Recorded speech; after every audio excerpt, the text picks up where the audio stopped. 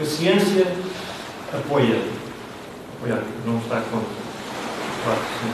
Agora, o nosso ponto de vista é que determina se nós acreditamos ou não.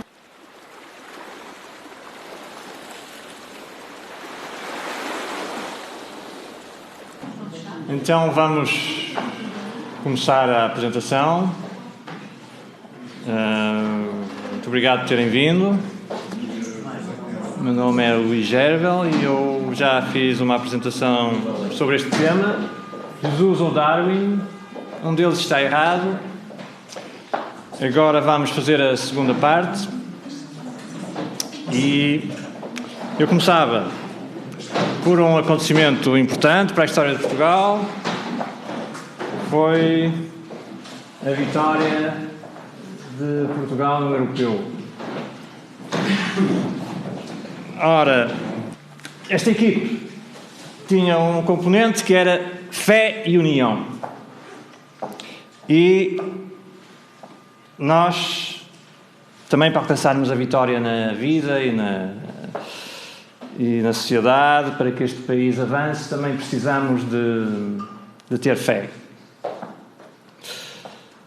E não é ensinando histórias das carochinhas e feitiçarias às nossas crianças que nós vamos conseguir obter a fé que nós precisamos para alcançar a vitória, não é? Da mesma forma que o treinador, o Fernando Santos, disse que fez um discurso, preparou um discurso 3 semanas antes da final, a dizer que a aceitar a vitória, nós também temos fé no nosso treinador que vamos conseguir a vitória. O nosso treinador, Jesus Cristo. Vamos ter fé que vamos ganhar este campeonato. A mensagem que nós temos que passar é que vamos vencer. Temos a melhor tática, que é o livro sagrado. Temos o melhor treinador, que é Jesus Cristo. Agora, temos que ter os jogadores mentalizados nessa verdade. Acreditar na palavra do treinador. E tal como no jogo de futebol, nós temos um adversário. E nós temos que estudar a tática do inimigo também. Não é? Não vamos para o campo de jogo sem saber quais são as táticas e os pontos fortes do inimigo. E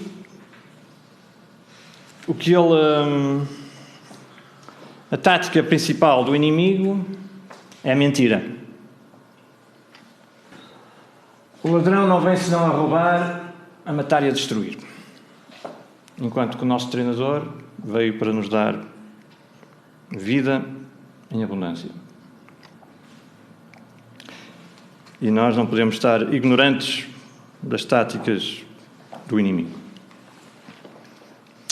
E a principal tática do inimigo é destruir o livro de Gênesis, que é o primeiro livro da Bíblia. E essa é a principal ataque do nosso adversário. Através de milhões de anos, da teoria da evolução, dos métodos de datação, dos homens das cavernas, de não existir o dilúvio, ele vai atacar o fundamento da mensagem de Jesus Cristo, o nosso treinador. E se nós destruirmos o fundamento da mensagem de Cristo, todo o Evangelho colapsa. Porque as perguntas principais que nós podemos fazer têm a sua resposta e o seu fundamento aqui. Porquê é que nós morremos? Porquê é que existe a morte? Porquê é que somos pecadores? Porquê é que existe uma semana de 7 dias? Porquê é que nos vestimos? Porquê é que Jesus veio ao mundo? Porquê é que Ele foi crucificado? Porquê é que precisamos de um novo mundo, da restauração do Jardim de Éden? Todas as respostas estão aqui. Portanto, A nossa função aqui é criar um espírito ganhador, acreditar, ter confiança que vamos ganhar. Ter confiança que a palavra bíblica é verdade. E o nosso lema, o meu lema, para aqueles jogadores que querem entrar na equipe, é que a tua palavra é verdade desde o princípio. E cada um dos teus juízos dura para sempre. Eu iria dividir a minha palestra em duas partes. Uma primeira, em que vou falar um bocadinho sobre a história do dilúvio. As pessoas, hoje em dia, não são expostas às verdades bíblicas, nomeadamente as nossas crianças. Os mais crescidos já podem ter alguma também, já não se lembrar bem da história. Portanto, eu ia fazer um bocadinho de introdução da história bíblica. Tenho aqui um mapa sobre a história da humanidade. Está aqui ao vosso lado. A seguir, iria passar às evidências físicas e geológicas que concordam, que vão demonstrar que a história bíblica está de acordo com o que nós vemos na natureza. Portanto, alimentar a fé. Nós vamos ganhar e o nosso treinador é o melhor treinador que existe. Esse é o objetivo desta palestra. Começando, a história da humanidade, segundo a Bíblia, tem 6.000 anos. Existe um plano divino, tal como na semana, que tem 6 dias e o 7º de descanso. A história também tem uma semelhança com a semana. Temos 6.000 anos de história da humanidade e depois iremos ter 1.000 anos de descanso, esses 1.000 anos, chamado milénio, depois da vinda de Jesus Cristo. A Bíblia dá-nos uma genealogia e uma genealogia detalhada. Diz-nos quem é o patriarca, por exemplo, Sete, diz quantos anos viveu até ter o seu filho, o principal, o primeiro filho. Sete viveu 105 anos e gerou Enos. Depois Enos viveu 90 anos e gerou Cainã, e assim por diante. Portanto, nós podemos construir uma árvore genealógica e podemos ver qual é a idade da Terra, desde a criação. Reparem que os primeiros 10 patriarcas viveram, em média, 900 e alguns anos. As condições eram outras. Até que se dá o dilúvio e muda a atmosfera, muda alguma camada que existisse que nos protegia dos raios solares, desaparece e os tempos médios de vida começam a diminuir. Estamos aqui, por exemplo, a falar no ano de 2000 desde a criação e 2000 antes de Jesus Cristo. Temos Abraão, o pai de todos os viventes, o pai de todos os crentes. Ali Adão é o pai de todos os viventes. Isto é o que nos diz a Bíblia. Geração 10, Noé. O 10 é o número da ordem. Deus, perante a violência que existia na terra, e como Deus é um Deus de amor, mas também é um Deus de justiça, arrependeu-se de ter criado o homem e enviou o dilúvio. Portanto, todo o ser humano e os animais morreram. Como vê aqui, Metusalém e Lameque, por acaso, morreram exatamente na altura do dilúvio. Sobrou Noé. Geração 20, 10 gerações depois, temos Abraão, o pai de todos os crentes. Temos aqui um outro gráfico a falar do mesmo, com uma forma diferente. Cá temos o Noé, o Abraão, o rei David, que depois deu, através de Maria, através de um filho seu chamado Natã, deu Maria, depois a mãe de Jesus Cristo, e através do seu filho Salomão, deu José, o pai oficial de Jesus Cristo. Portanto, como eu disse, a história da humanidade está dividida em 3 períodos de 2000 anos: Adão a Abraão, Abraão a Jesus Jesus é Jesus. Muitas pessoas creem que nós estamos perto da segunda vinda de Jesus Cristo. Como eu disse, gostaria muito de dar uma apresentação sobre este tema para mais tarde. Eu dividi aqui também... Outro dia pensei nesta situação de dividir a história em períodos de 500 anos e pôr aqui alguns acontecimentos conhecidos. E, portanto, quando nós estudamos história, as situações podem ser encaixadas neste esquema. Não é? Curiosamente, Roma passou uma república em 500, transformou-se em império por volta do ano 1, portanto em 27 a.C., e caiu também por volta do ano 500. Portanto, temos aqui períodos de 500 anos, curiosamente. Não é? Agora renasceu no ano 2000. O Império Romano, através da União Europeia, renasceu agora no ano 2000. E estamos a assistir a desenvolvimentos não muito positivos próprios desse renascimento. Não é? Curiosamente não, temos aqui agora mais uma demonstração da validade do relato bíblico, a população mundial. Já pensaram alguma vez neste tema? A população mundial, está aqui um gráfico. Portanto, nós teríamos 200 milhões por volta do ano 1, 1.000 milhões por volta do ano 1800, 1.000 milhões, portanto, por volta do ano 1800. Portanto, tendo este crescimento, nós chegamos a uma data semelhante ao do relato bíblico. Como está aqui neste esquema. Portanto, este é o desenho real da população. Dá-se o dilúvio, a população diminui para 8 sobreviventes, que depois vão dar origem à população atual. Alguma questão queiram pôr? Estão a acompanhar? Ainda estamos no princípio, portanto, ainda estão atentos.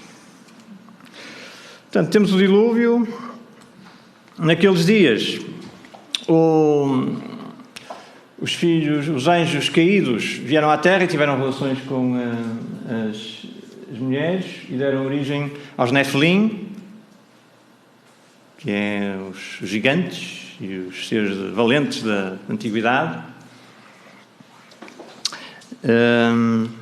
Deus olhou para a terra e viu que estava cheio de violência e disse a Noé que iria desfazer a terra e as pessoas e os animais. Mas Noé achou graça perante Deus e Deus deu-lhe as instruções para construir a arca, as quais ele cumpriu. Portanto, ao seguirmos as instruções de Deus, nós iremos nos salvar. Só existia uma porta na arca. Essa porta é uma imagem de Jesus Cristo, que nos diz que é a porta. Se alguém entrar por mim, salvar-se-á. Nos dias de Noé, os homens também zombavam de Noé. Para que é que ele está a construir aquela arca enorme? Nunca choveu. Para que é que o Noé está assim meio tolo, não é? Da cabeça. Hoje em dia, também, as pessoas também ridicularizam aqueles que acreditam no dilúvio. Portanto, nada de novo na terra, como diz Eclesiastes, nada de novo debaixo da terra. O homem continua na mesma, desafia Deus e não acredita no que os profetas dizem. It would be a hilarious thing for people from other parts of the world to come visit. Are you kidding? Somebody really built this? Wow. Use your head, everybody. Just decide for yourself if you think this is reasonable. Mock them, ridicule them.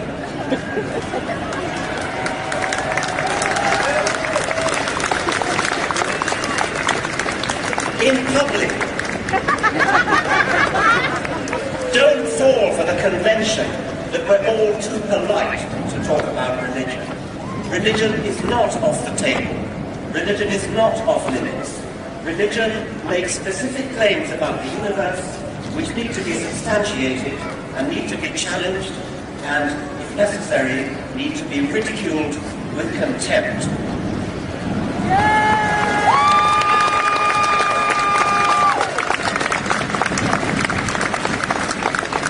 Vamos ridicularizar aqueles que acreditam no dilúvio.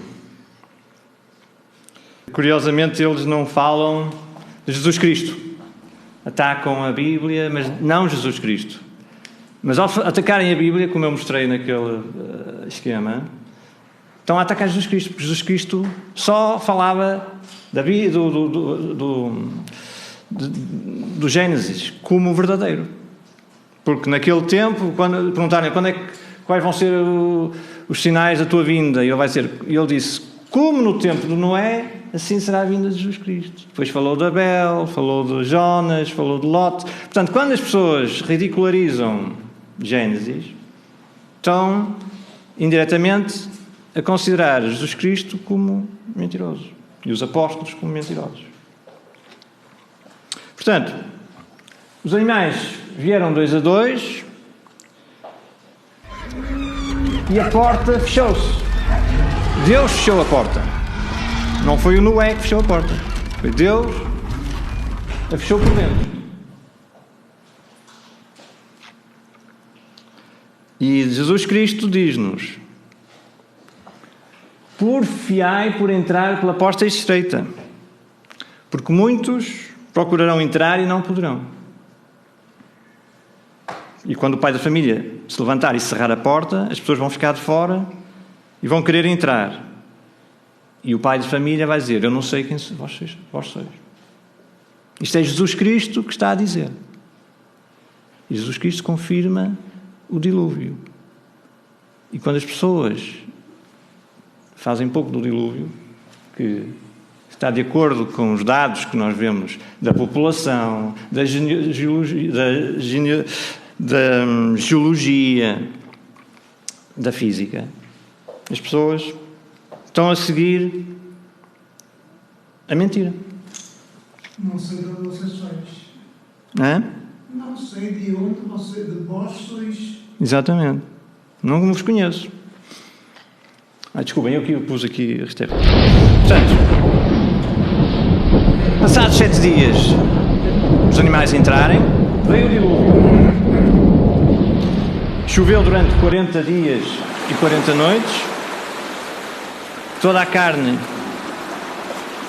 expirou. Os animais que respiravam por narinas. Não morreram os peixes, não morreram os insetos, não morreram certos animais. Agora, foram os que respiravam por narinas. Passados 150 dias, a arca repousa no Monte Ararat. Passados exatamente 1 ano, desde o início do dilúvio, Noé e a sua família saem para fora da arca. Portanto, 8 pessoas sobreviveram.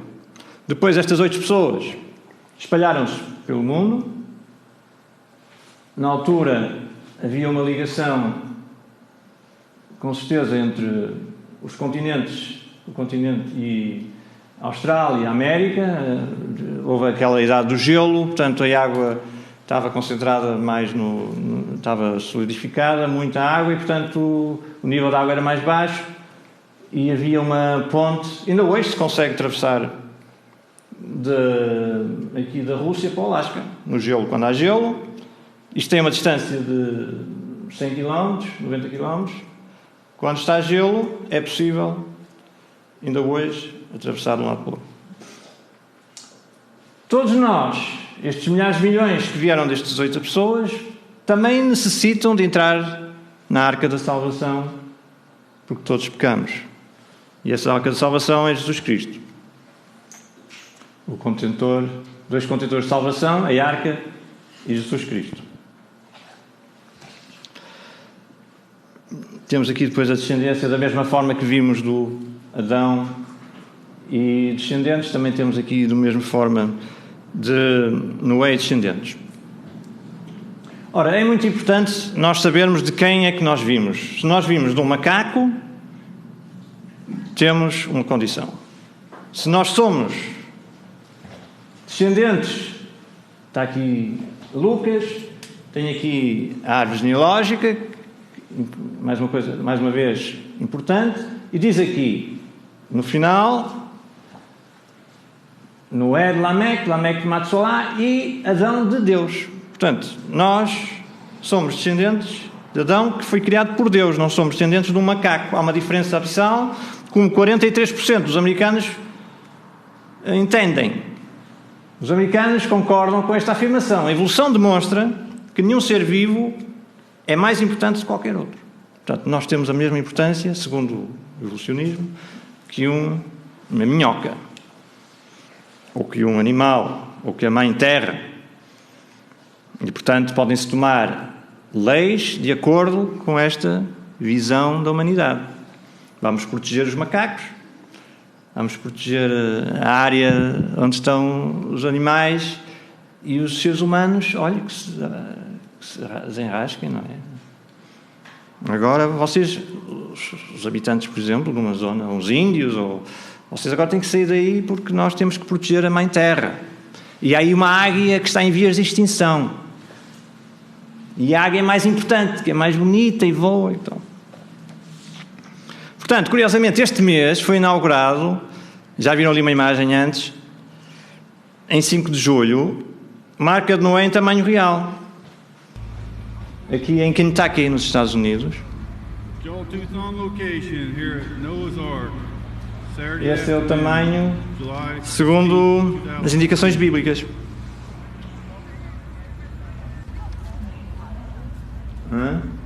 Se alguém estiver interessado e for aos Estados Unidos, e dentro tem muitas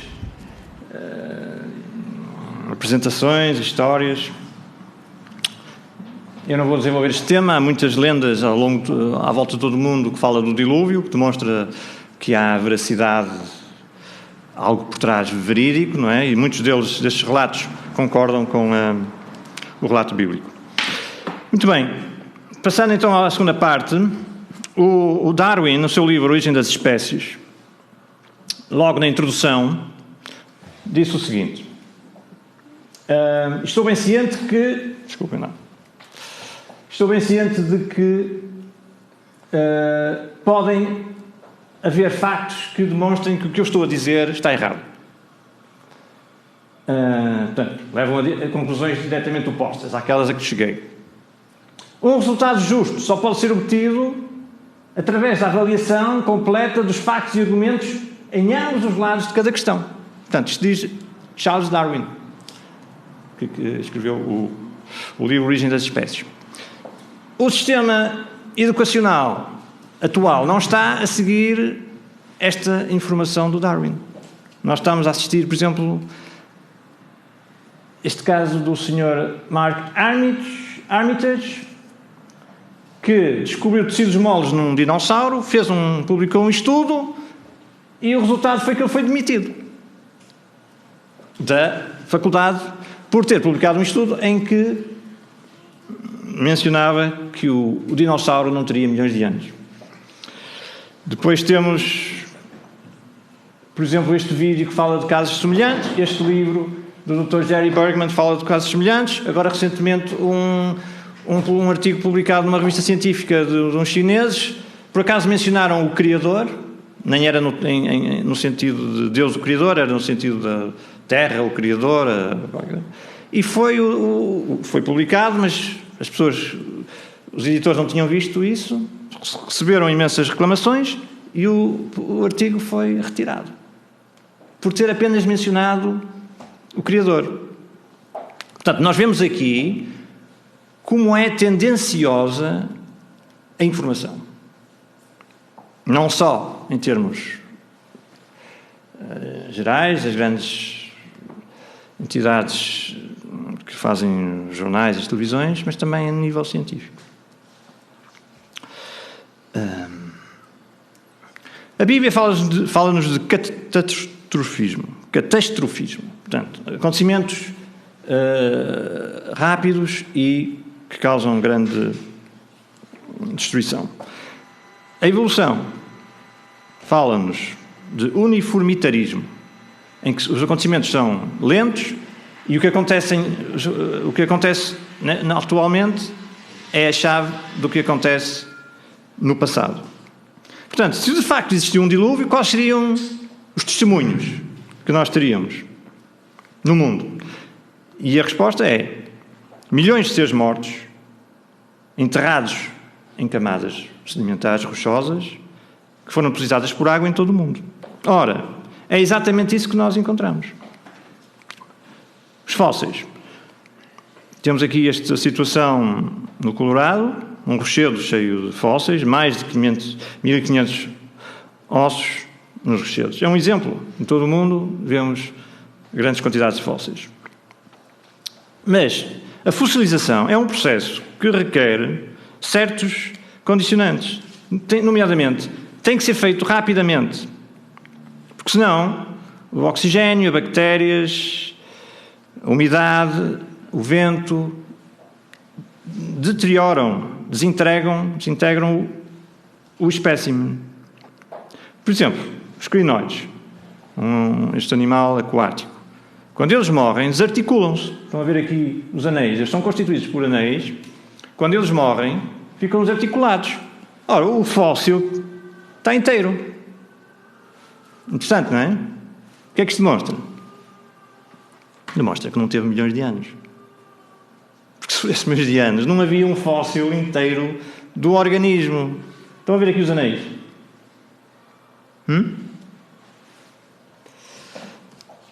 Outra situação característica de muitos fósseis.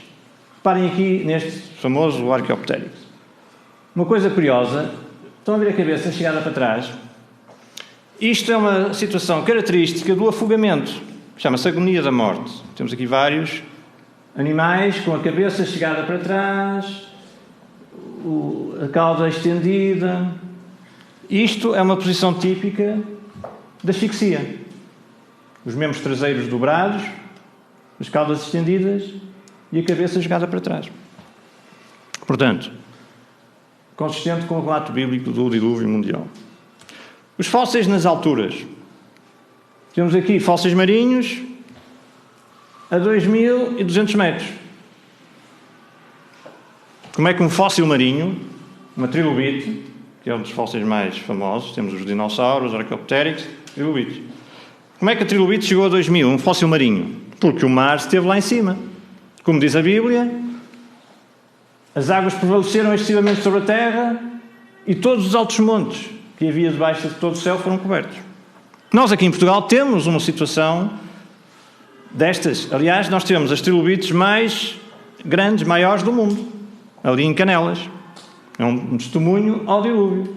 Está aqui uma senhora, a senhora que está aqui permite fazer uma escala para nós vermos o tamanho destas trilobites. Portanto, temos aqui estas situações em termos de fósseis.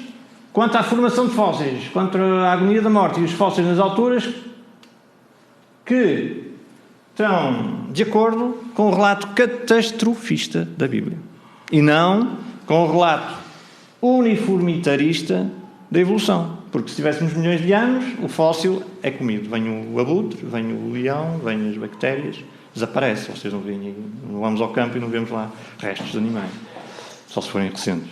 A agonia da morte quer dizer que houve um dilúvio mundial, porque se houvesse um dilúvio pequenino, as águas aumentarem pouco a pouco, os animais podiam fugir para o monte. E fósseis nas alturas, a mesma coisa. Se tivessem milhões de anos, os restos teriam sido destruídos pela erosão. Aliás, os continentes, passados 10 milhões de anos, aos níveis de erosão atual, desapareciam. Não existiriam montanhas. Em termos geológicos, temos a superfície terrestre, que tem 75% constituído por rochas sedimentares. Portanto, 75% da superfície terrestre são rochas sedimentares. Rochas sedimentares são rochas que são formadas pela água, pelo transporte, pelo vento, mas fundamentalmente pela água. Temos aqui casos de rochas sedimentares. Aqui temos o conglomerado, em que temos aqui seixos que estão arredondados pelo transporte da água e que depois são unidos por um cimento e formam este tipo de rochas. Reparem nestas rochas, como têm aqui os estratos horizontais a separá-los. Isto é importante. Porquê? Há uma situação chamada erosão. Vocês reparem aqui nesta estrada que foi destruída. Reparem aqui nestas estruturas que foram, com o tempo, também destruídas. Chama-se também meteorização. Degradam e enfraquecem as rochas. Estão a ver aqui, que é granito. Com o tempo, a água infiltra-se, vem o frio, a água expande, torna-se gelo, fica maior e quebra. Estão a ver aqui? Pois, o que é que nós vemos? Vemos exatamente a ausência de erosão nos contactos entre os estratos. Como nós vimos ali, temos aqui este corte fantástico. Quem vai de Fátima para Santarém começa a descer, ou quem vem de Santarém para Fátima começa a subir. Eu sempre que passo aqui fico fascinado. Um corte fantástico ali, portanto, a vantagem da construção de estradas que nos permitem ver as estruturas geológicas. Ora, quando se olha para aqui, há aqui uma coisa curiosa, é que a ligação dos estratos estão separados por linhas horizontais. Estão a ver? Estão a acompanhar? Há uma questão? O que é que isto quer dizer? Alguém me sabe responder? Uma linha horizontal, quais são... Que ilações é que se podem tirar daqui? fazer essa pergunta, o que é que quer dizer as horizontais? Quer dizer que não houve erosão. Isto não tem milhões de anos. Se houvesse milhões de anos, isto estava assim... Não havia uma linha assim tão clara. Isto é a assinatura do depósito de água. Isto é um monumento ao dilúvio. A água, ao depositar os sedimentos, coloca-nos assim. Isto é jovem. Deposição rápida, não há erosão. Temos aqui outras estruturas, por exemplo, fantásticas, aqui nos Estados Unidos. Temos aqui na Rifana. Reparem que aqui até está dobrado. Está a ver? Isto também tem que ser feito recentemente, porque as estruturas têm que estar maleáveis para poderem dobrar. Porque se elas estiverem rígidas, ao serem dobradas, desfazem-se. Você pega num bocado de botão, faz assim, não fica redondo, pois não. Para ficar redondo tem que estar maleável. Certo? Para estar maleável não pode ter milhões de anos. Estão-me a acompanhar? E Deus faz as coisas bonitas. Olha para isto nos Estados Unidos, na China. Cá estão os estratos todos. Com cores. Quem for à China, se conseguir perceber lá, acho que não se pode andar na China porque está tudo escrito em chinês. As pessoas não percebem nada. Ao contrário da Polónia, em que ninguém se perde, porque está cheia de placas, não é? Na Polónia. Faz favor. Porquê que este registro é colorido? É mesmo assim. Não, porquê? Boa pergunta. Essa pergunta vou ter que As outras que não estudar. eram meio acidentadas.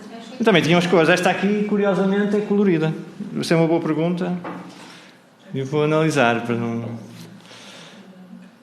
Mas para ter a ver com... Por exemplo, o vermelho, se reparar, quando for aquela estrutura que eu lhe mostrei, que vai de Fátima para Santarém, quando se começa a descida, aparece terra vermelha. Chama-se terra roça, que é resultado da deterioração do calcário. São óxidos de ferro. O amarelo pode ser resultado de outra situação, mas pelo menos o vermelho pode ser a terra roça. Reparem, quando forem agora, se calhar na próxima vez que forem a Lisboa, vão estar mais atentos.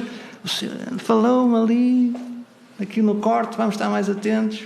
E se forem com uma pessoa ao lado, digam: olha, estás a ver aquele corte ali demonstra que aquilo não tem... é jovem. As pessoas começam a pensar: é jovem, pois... E entram na equipe vencedora do treinador Jesus Cristo. Porque o meu treinador disse, e eu creio...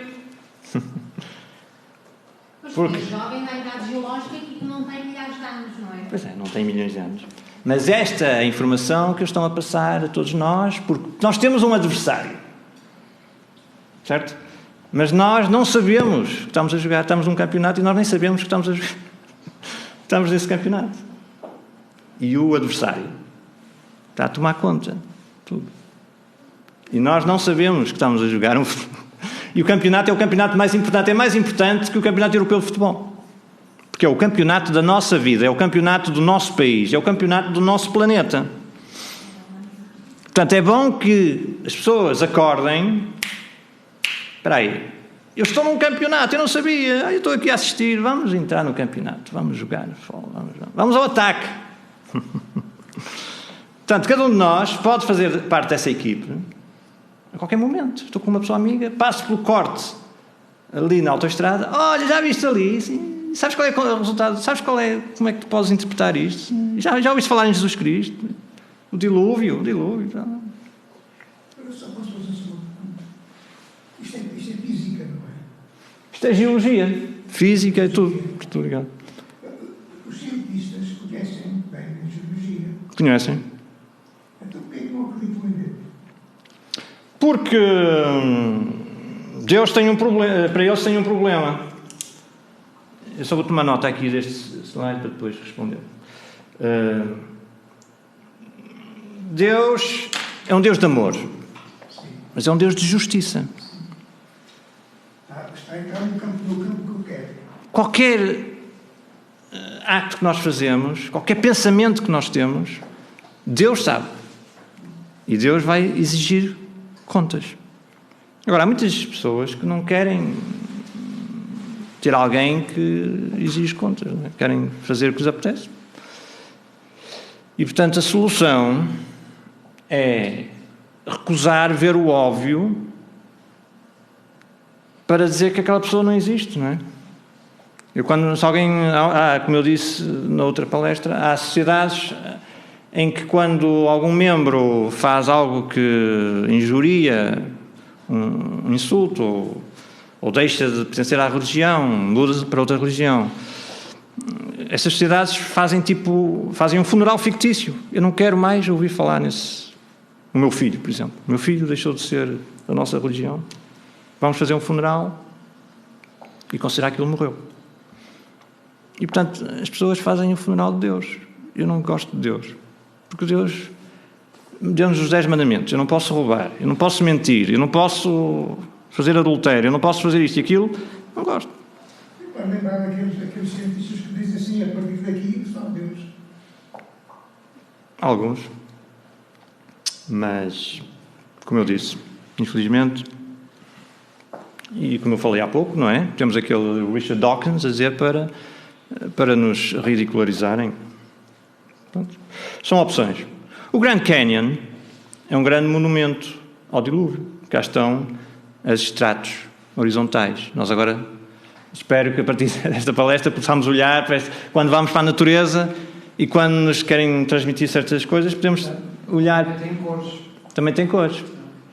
Os materiais, não é? Todos os materiais, as rochas são constituídas de materiais diferentes e conforme a meteorização vem a água, há uma reação, no calcário ficam vermelhas, não é? Temos aqui o vermelho. O homem, Adão, o termo em hebraico também quer dizer terra vermelha, porque Adão foi criado a partir da terra, e daí Adão ter a ver com terra vermelha. E cá temos também terra vermelha, por causa dos calcários, por causa do óxido de ferro. Cá estão as camadas. Curiosamente, deu-se um acontecimento geológico espantoso nos Estados Unidos. Em 1980, o vulcão do Monte Santa Helena explodiu. Ora, isso foi um bonanza para os criacionistas. Porquê? Porque, de repente, podemos ver o que é que um acontecimento catastrófico origina. Ele originou, por exemplo, canyons. Um canyon 40 vezes mais pequeno que o Grand Canyon, em poucas horas. Depois, em poucas horas, fez destes depósitos de finas lâminas sedimentares. 8 metros de finas lâminas sedimentares. Reparem nestas. Não é? Os estratos todos laminados, como numa torta de... Eu gostava muito daquela torta de... Maçã folhada. Gostava muito quando era jovem. E reparem, o Grand Canyon, reparem uma semelhança entre o que o vulcão fez em poucas horas e o Grand Canyon. Conseguem ver aqui os extratos, esta fotografia. Vou arranjar uma melhor para a próxima. Ficou com pouca qualidade, mas aqui estão os extratos semelhantes. Outra questão curiosa são os remanescentes erosionais. De grande porte, como por exemplo, este aqui, a Torre do Diabo, nos Estados Unidos, Sheep Rock, não sei se já conhecem o Uluru, ou Ayers Rock, na Austrália. Reparem aqui nos minerais, por exemplo aqui do Uluru, feldspato, é um mineral que se desintegra, quando é exposto ao calor do sol, à água, à chuva, rapidamente. Como é que uma estrutura rica em arenitos, com este tipo de minerais, supostamente tem milhões de anos? Impossível. Portanto, isto é fruto da erosão das camadas à volta destas estruturas, erosão rápida, o dilúvio leva aos sedimentos, está aqui os próprios cientistas seculares explicam desta forma. Tem aqui os sedimentos, vem a água, levam os sedimentos, ficam estes inselbergs e depois, com o tempo, também os próprios inselbergs são destruídos. Portanto, isto não podiam ter mais de 100 mil anos. Isto já devia estar destruído. Aquilo também, são basalto, é basalto. Com a entrada da água, como viram naquelas rochas de granito, entra a água, fica gelada, aumenta. Okay, vocês vão aqui pelos Gerês e veem rochas também, curvas, no topo das montanhas. Como é que elas ficaram curvas ali? E como é que estão todas a partir? Questões interessantes. Por exemplo, Marte. Falámos há pouco dos cientistas. Por exemplo, os cientistas admitem que em Marte houve inundações globais, tipo planetárias. Mas quando a pessoa fala no dilúvio da Terra, eles riem-se de nós. Não pode ter havido um dilúvio global. Podem ter havido dilúvios circunscritos, pequenitos. Tudo o que está aqui a falar é referente ao dilúvio. Ao dilúvio, É para nós chegar a ter os bases para poder ir buscar outras coisas. O meu objetivo é ir às escolas, procurar ajudar as crianças a pensar. Neste momento as crianças estão a receber propaganda. A pergunta que eu fiz há bocado foi precisamente por causa disso. Quem sabe de toda esta matéria devia acreditar mais em Deus do que nós.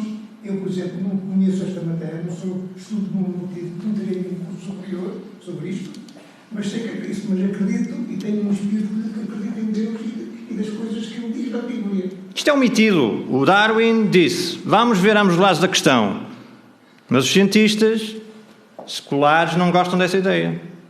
Estamos antigamente também se alguém tinha uma opinião diferente era perseguido, não é? O ser humano é assim. Tinha uma pergunta? Sim. Luís, na imagem anterior, portanto, quando mostrou, portanto, exatamente este acumulado resultante do dilúvio, é curioso porque à volta destes que ficaram como sendo monumentos, portanto, não há mais nada. O que é que fez na altura do dilúvio? Portanto, havia justamente um acumular aglomerado de objetos que formaram isto. Porque é que à volta disso, portanto, não há uma maior extensão de matéria depositada? Portanto, estes materiais são mais duros. O basalto é mais duro que as rochas sedimentares. Portanto, as rochas sedimentares foram mais facilmente transportadas e ficou o material mais duro. Mas este material mais duro também tem restos à volta que vai sendo deteriorado pelo tempo. Tem aqui, tem ali também os basaltos e o Uluru também. E por isso, os sedimentos que estavam à volta, que eram mais moles, são levados rapidamente. Este material fica mais tempo, mas nunca milhões de anos. São infiltrações de rocha basáltica ou de granitos ou de outros tipos que são mais resistentes. Neste painel que tem aqui, que nos trouxe, o dilúvio aconteceu há quanto tempo atrás? aconteceu há 4.300 anos, volta disso. 4.300? Um bocadinho antes de Abraão. Sim. Portanto, eu dividi a Bíblia, divido a história da humanidade em 3 períodos de 2.000 anos. O primeiro é de Adão a Abraão. E o dilúvio aconteceu um bocadinho antes de Abraão. Está aqui, eu posso indicar aqui.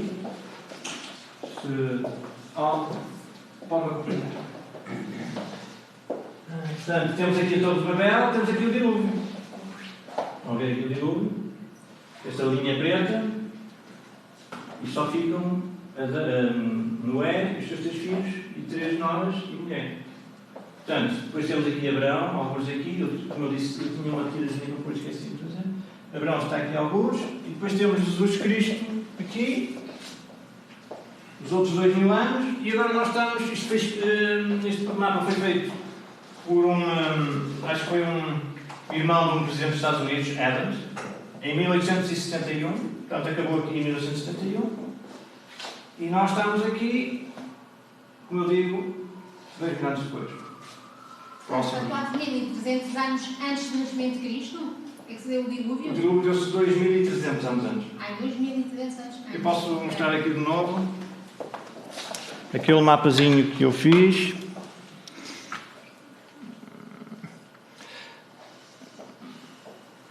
Este é o 85.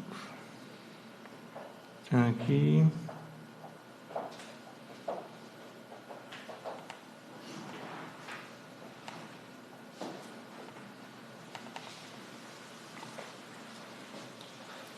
Portanto, aqui eu pus 2.500, são 2.300, arredondei aqui. Dilúvio, depois Abraão, 2.000. Portanto, isto é uma maneira simples de memorizar a história, de 500 em 500 anos. 500 anos antes de Abraão, ou 300, dilúvio. Depois Abraão, depois o êxodo. Passados 500 anos, já-se aquele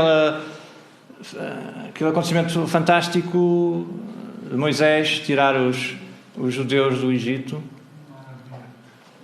E o mar vermelho se abrir, e que também vai se abrir agora para nós quando formos resgatados, também vai ser um tipo fantástico, vai ser uma situação fantástica. Posso fazer uma pergunta sobre este gráfico e sobre esta parte da conferência técnica?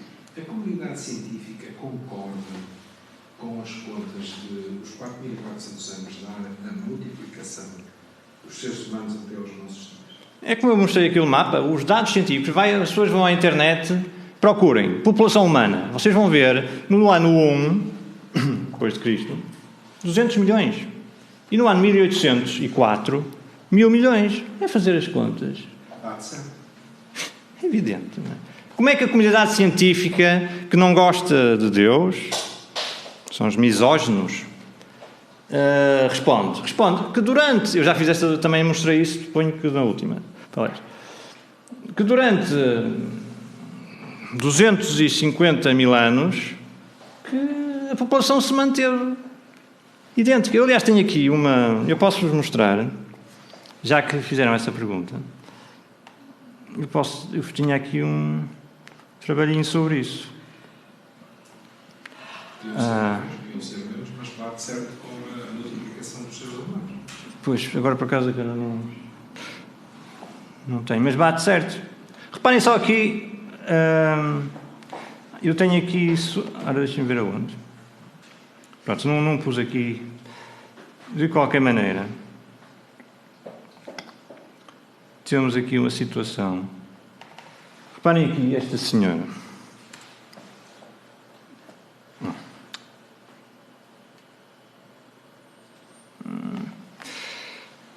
Como é que durante 250 mil anos, que é a data que os evolucionistas dizem para o aparecimento do Homo sapiens, de 250 mil anos até hoje, até ao ano 1, o homem se manteve sempre ao mesmo nível de população e atingiu 200 milhões. Durante 250 mil anos. É impossível. Temos aqui a dona Ranguini Parewahawawa, na Nova Zelândia, que morreu com 112 anos e calcula-se que teve 450 descendentes, portanto, 8 filhos, não sei quantos netos, bisnetos. Como é que é possível?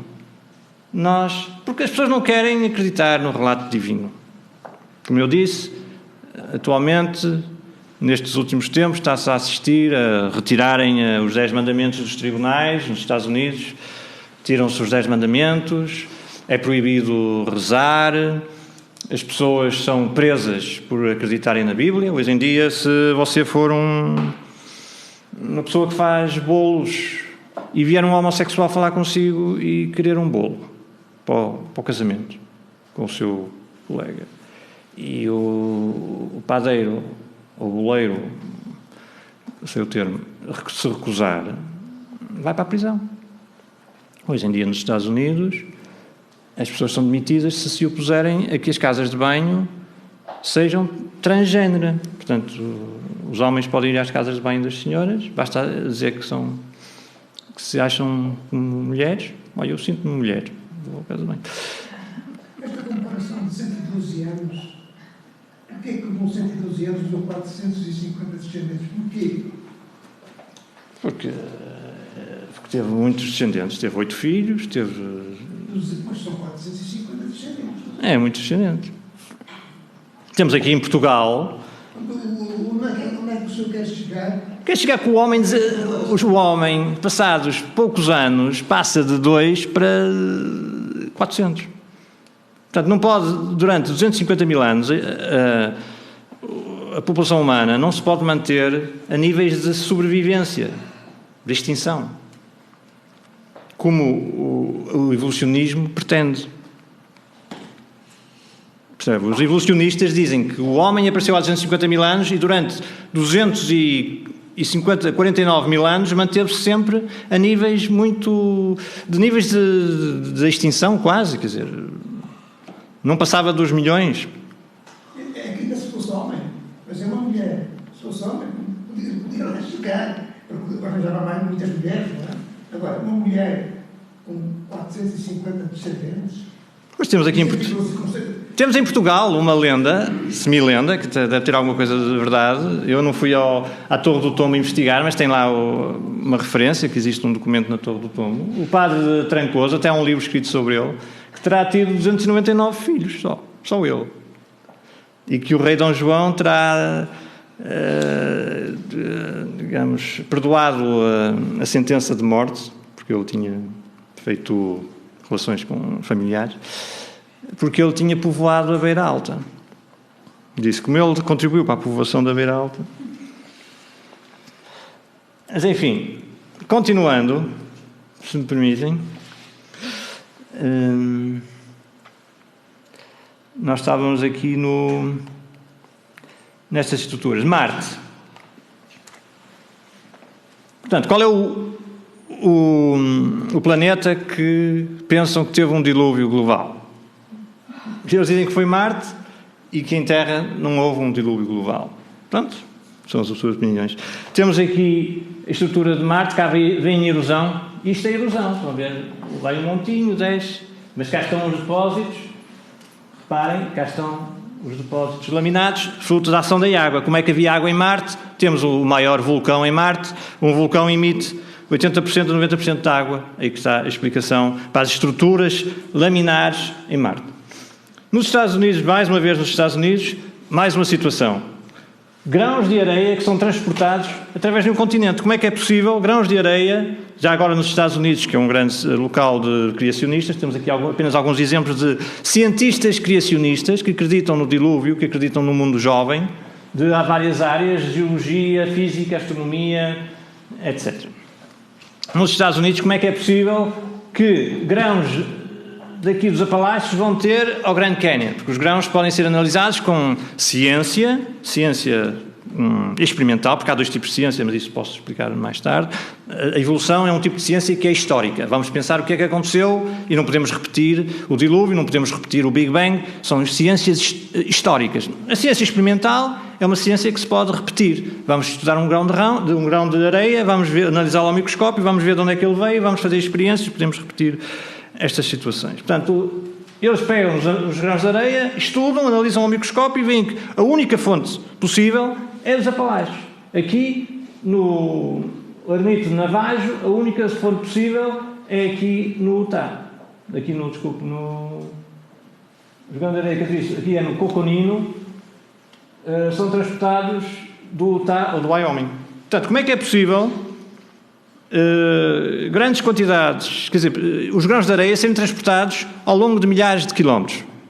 Não pode ser um rio, como dizem os evolucionistas, pequenas situações que demoram milhões de anos. Como é que um rio, ao longo de milhões de anos, vai transportando as areias durante 1000 quilómetros? Não pode ser. Portanto, em termos de geologia, temos as rochas sedimentares que estão de acordo com o catastrofismo, os contatos entre os estratos, remanescentes erosionais, transporte de areia a longa distância e muitos mais que eu não pus aqui porque iríamos prolongar-nos durante muitas horas. Muitos dados que confirmam a veracidade bíblica. Portanto, nós queremos ser campeões, vamos acreditar no treinador, no melhor treinador do mundo, temos seleção, temos é que acreditar, ter fé, tal como a equipe de futebol portuguesa, porque Jesus venceu o mundo e se nós seguirmos as instruções do treinador, também vamos vencer e vamos pegar na taça e sermos campeões. E termino por aqui. Espero que tenha sido interessante. Se tiverem alguma dúvida, alguma questão queiram pôr, eu agradeço.